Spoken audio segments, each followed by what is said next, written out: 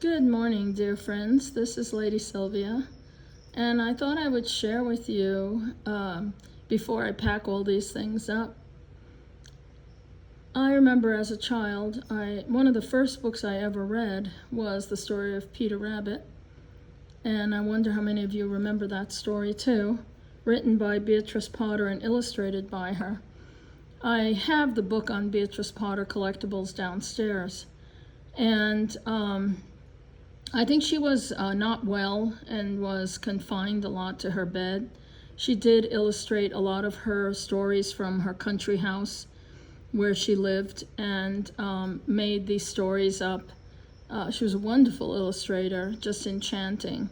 And for me, as a little kid growing up in the projects in the Bronx, there wasn't much nice things to look at and things to remember. So this took me away to pretty much a fantasy world, which I still recall all these years later. And I found these books at a thrift shop locally, and they weren't a lot of money. I think I bought all of them for one price, and I just absolutely was enchanted with them as a child. And, you know, his sisters, Flopsy, Mopsy, and Cottontail. Just absolutely adorable pictures. And I believe this is the figurine of Flopsy, Mopsy, and Cottontail. And there it says, this was done by Bestwick in England. I think they had the first patent on her, I think on F. Warren was the publisher. Bestwick is a porcelain manufacturer. And you see this doesn't even have a date. This is a very early one. And aren't they adorable? With their, I actually thought rabbits dressed up when I was a kid. I thought, oh my goodness, how adorable. You know, your world is so different when you're a child. And let me see. Here is the story of Benjamin Bunny. Don't you just love these? These illustrations were so fabulous.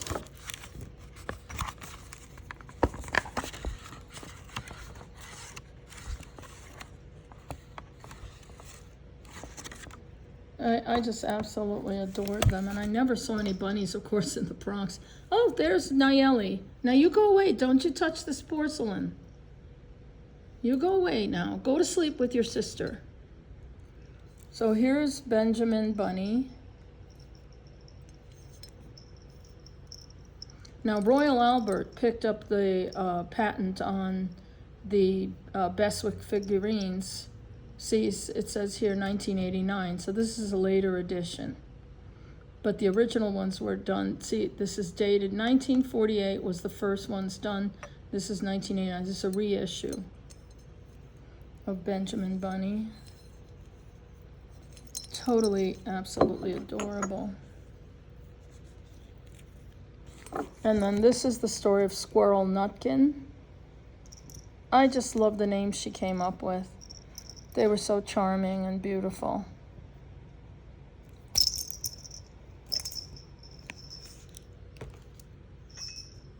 And this is Squirrel Nutkin. Look at how well done they are. So lovely. This is an early one. Again, undated. This was done by the porcelain manufacturer of Bestwick.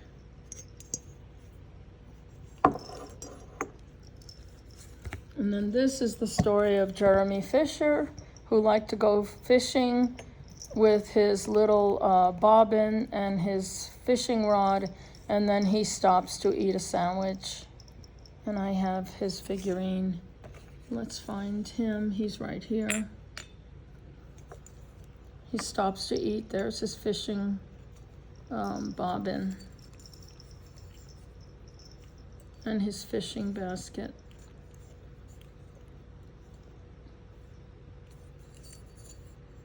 Mr. Jeremy Fisher. See, these are early. These are not even dated. So I was very lucky to find those. Then there's the story of Johnny Town Mouse. So he lives in town, and he goes to visit his cousin, Timmy Willie, who is a country mouse. And, there are differences in mice. The mice we've caught here in New Mexico, they're regular mice with the larger ears. But I remember when I had a country house in Lake George, there was mice there, very different looking. They have very tiny ears, and they lived in the grass. And every time we would mow the lawn, they would scurry out by the hundreds. And I caught one once, and he was very much, looked like little Timmy Willie. And anyway, here in New Mexico, we live very close to the Rio Grande and to the bosque, which is the forest. And occasionally they sneak in. I don't know how, but we use humane traps. And I catch them, and then I get in the car and I drive them 5 miles away to a forest preserve where I let them go. And we don't believe in killing any of these little creatures. I just don't have the heart to do it. But here is, let me find him. He's right here. This is Johnny Town Mouse. Look at his little jacket. So adorable. There's another early one, undated. Beswick, England. Someday I hope to go to England. And then here is Timmy Willie, who is a country mouse. He's a fat little jolly fellow, sitting on a leaf. See how he has the tiny ears? Timmy Willie from Johnny Town Mouse. This one is dated 1949. Unbelievable. I'm so glad I got these. They bring back so many happy memories to me. And then this is the story of the Tailor of Gloucester and the mice who helped him at night. And I absolutely adore these stories. And then this is illustrated part of the story called No More Twist, where the tailor runs out of this thread. Say No More Twist. And this was reissued in 1992, again by Royal Albert. So this is the company that picked up the patent after. And then there's the story of Tom Kitten. And this is Ribby. And this is dated 1951. Absolutely adorable. And then there's the story of Mrs. Tiggy Winkle, who does ironing for the other town people, who are all little creatures. And she, let's see, there's a point here where you see her with her little iron. See? And just absolutely adorable. So here is Mrs. Tiggy Winkle with her iron.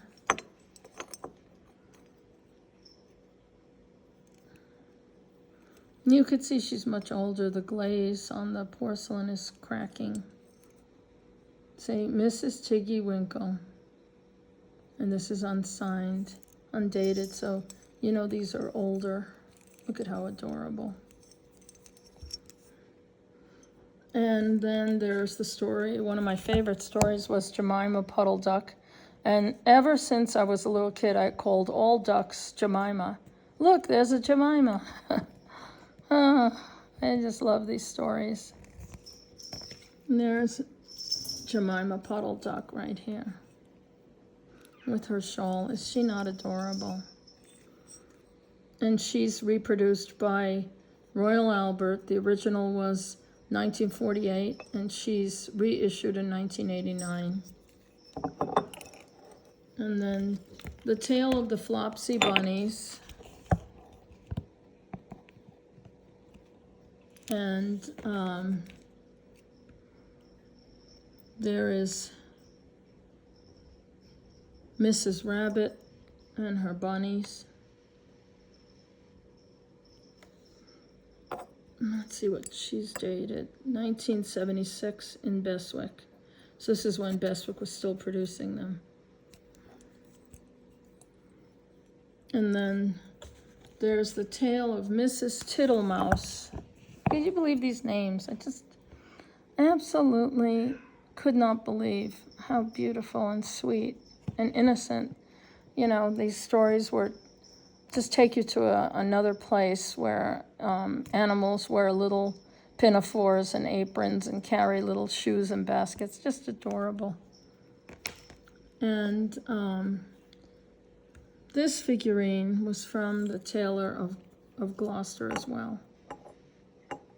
And I believe this is 1949, and it's signed John Bestwick from the studios of Royal Dalton, England.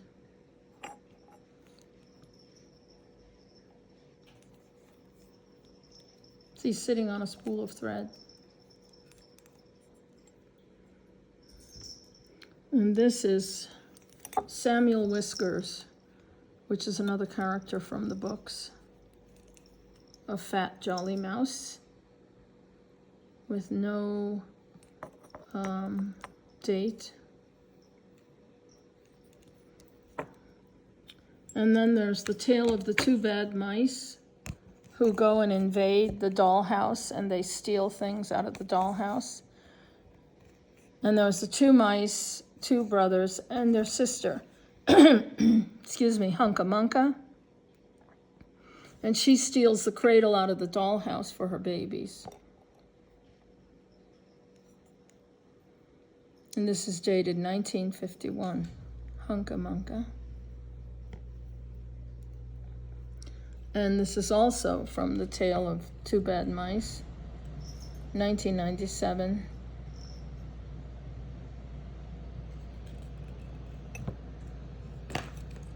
And this is the little mom with her baby.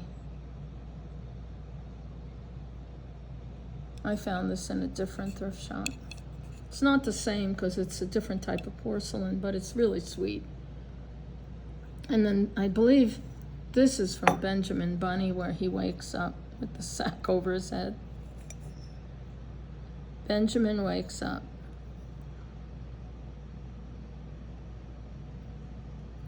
So Royal Albert picked up patent on these porcelains.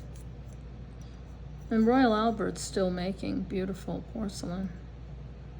And I have a lot of porcelain from Royal Albert. Mostly teacups, I believe. So my friends, that's my little collection. And before I box them up and put them all away, I thought I'd share with you some of my happy memories of my days reading books. I read books when I was a very young child. I was reading, by the time I think I was 12 years old, I was fascinated by the library. I was reading books on Egyptology, on history. I read a lot of the classics like Charles Dickens, Washington Irving. And I think by the time I was in 12th grade, or no, I think it was sixth grade, I had a first-year college reading level. So that comes from all the years of reading. And, you know, reading was a comfort when you live in a very dangerous place like the tenement buildings that I grew up in the projects in the Bronx. So I spent a lot of time in the library where it was safe and I knew nobody could come in there and bother you. And then I'd go home all the way down from, I think it was 233rd Street in the Bronx, and then go all the way back to where I lived. But it was a way and an escape. And it turns out my husband, Conrad, he was also a bookworm, and he spent a lot of his young days in the library where he grew up in Illinois. So we really are a match. But anyway, my friends, I hope you enjoyed my little trip down memory lane and the stories of Beatrix Potter. And I wish you all a wonderful day. And I thank you so much from the bottom of my heart for liking and sharing and subscribing. And thank you so much. Take care. God bless you all. Till next time.